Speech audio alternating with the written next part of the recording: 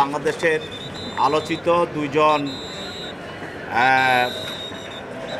শীর্ষ সন্ত্রাসী সুব্রত বাইন এবং মোল্লা মাসুদ এবং তাদের সহযোগী MS শরীফ এবং আরাফাত ইবনে নাসির, এই চারজনকে হাতিরঝিল একটি অস্ত্র মামলায় গ্রেপ্তার করে তদন্তকারী কর্মকর্তা তাদেরকে বিজ্ঞ আদালতে উপস্থাপন করে 10 দিনের রিমান্ড প্রার্থনা করেন এবং রিমান্ড প্রার্থনা করে তদন্তকারী কর্মকর্তা আদালতে বলেন যে আসামিরা বিভিন্ন ধরনের সন্ত্রাসী কর্মকাণ্ডের সঙ্গে জড়িত এবং তারা তাদের সরকারের যে তালিকাভুক্ত সন্ত্রাসী যে তালিকা আছে সে তালিকা তারা অন্তর্ভুক্ত এবং তারা বিভিন্ন ধরনের দেশের অস্থিতিশীল কর্মকাণ্ডের সঙ্গে তারা জড়িত। এই আসামিদেরকে বিভিন্ন সময়ে তারা আরও অন্যান্য মামলায়ও তারা গ্রেপ্তার হয়েছিল এবং তাদেরকে বিভিন্ন মামলায় তারা আসামি আছে। এই আসামিরা তাদেরকে গ্রেপ্তার করার পরে তাদেরকে বাংলাদেশ সেনাবাহিনী এই আসামিদেরকে অভিযান চালিয়ে গ্রেপ্তার করে এবং তাদের কাছে বিভিন্ন ধরনের দেশ বিদেশি অস্ত্র পাওয়া যায়।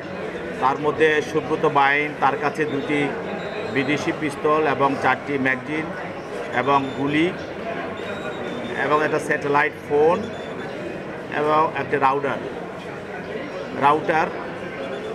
আর 2 নম্বর আসামি মোল্লা মাসুদ, তার কাছে বিদেশি পিস্তল এবং 2টি ম্যাগজিন এবং গুলি এবং একটি পকেট রাউটার এবং 3 নম্বর আসামি SM শরীফ, তার কাছে বিদেশি পিস্তল এবং আরাফাত নাসির, তার কাছেও একটি বিদেশি পিস্তল এবং ম্যাগজিন এবং গুলি ইত্যাদি পাওয়া যায় এবং এগুলি জব্দ করা হয় তাদের থেকে এবং সে মূল্যে জব্দ তালিকা প্রস্তুত করা হয় এবং এই অস্ত্রগুলো তাদের কাছে পাওয়া যায়। অস্ত্রটি তারা কীভাবে এই অস্ত্রগুলো প্রত্যেক সংগ্রহ করেছে এবং কিভাবে ব্যবহার করেছে এবং এটা উৎস কোথায় এবং তারা আরও অন্যান্য যে মামলার সঙ্গে তারা জড়িত এবং বিভিন্ন হত্যাকাণ্ডের সঙ্গে জড়িত, সেই হত্যাকাণ্ড এবং বিভিন্ন মামলার সঙ্গে এই অস্ত্রগুলো কিভাবে ব্যবহৃত হয়েছে, কীভাবে হয়েছে কিনা সেই বিষয়গুলো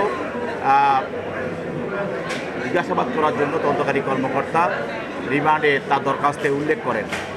তার পক্ষে তার আইনজীবী ছিল সুব্রত বাইনের পক্ষে, তারাও তার রিমান্ড বাতিলপূর্বক জামিনের প্রার্থনা করেছেন। উভয় পক্ষের বক্তব্য শোনার পর বিজ্ঞ আদালত সুব্রত বাইনকে 8 দিনের রিমান্ড মঞ্জুর করেন এবং মোল্লা মাসুদ সহ বাকি 2 জনকে 6 দিনের রিমান্ড মঞ্জুর করে তাদেরকে জিজ্ঞাসাবাদ করার জন্য তদন্তকারী কর্মকর্তার হেফাজতে প্রদান করেন। যে ফোন ব্যবহার করে এক ব্যক্তি বিভিন্ন মানুষের সঙ্গে বিভিন্নভাবে তাদের সঙ্গে কমিউনিকেশন করা যায়, একরকম ওকিটকির মতনই এইসব ফোনগুলো ব্যবহার করা হয়, ওটাই পুলিশ বুঝাচ্ছে আর কি, স্যাটেলাইট ফোন হিসাবে। আদালতে আসামি বক্তব্য দিতে চাইলে আদালত অনেক সময় আসামিদেরকে বক্তব্য দেওয়ার অনুমতি দেন এবং তারা বলে, তারা সবসময় অনেক আসামিরা নিজেদেরকে নির্দোষে দাবি করে এবং তারা ঘটনার সঙ্গে জড়িত থাকে না, এই মর্মেই সাধারণত আসামিরা দাবি করে। তারা তো কখনো গিলটি প্লিড করে না, তারা বলে আমরা নির্দোষ। আমরা মামলা তদন্তে বেরিয়ে আসবে যে সে নিজে এগুলির সঙ্গে জড়িত কিনা বা তার লোক জড়িত কিনা, এটা তদন্তেই বেরিয়ে আসবে। তার আসামি পক্ষের আইনজীবীরা বলার চেষ্টা করছে যে সে আগেই দেশে ছিল এবং গিয়ে আয়নাঘরে ছিল, এই বিষয়টাকে আপনারা কীভাবে বলছেন?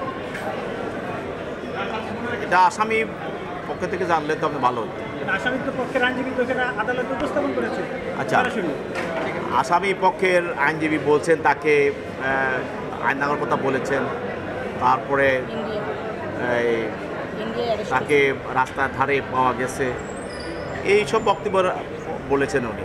এগুলি তদন্তে যখন করবে, তদন্ত তাকে যখন জিজ্ঞাসাবাদ করবে, সেগুলি তদন্তকারী কর্মকর্তা অবশ্যই সেদিকে লক্ষ্য রাখবেন, তাকে কিভাবে কোথায় পাওয়া গেছে বা এর পূর্বে তাকে কি অবস্থায় ছিল, কোনো চেক কীভাবে তাকে কোথায় রাখা হয়েছে, সেইগুলো কেন রাখা হয়েছে, সেগুলো তো অবশ্যই তদন্তকারী কর্মকর্তা দেখবেন।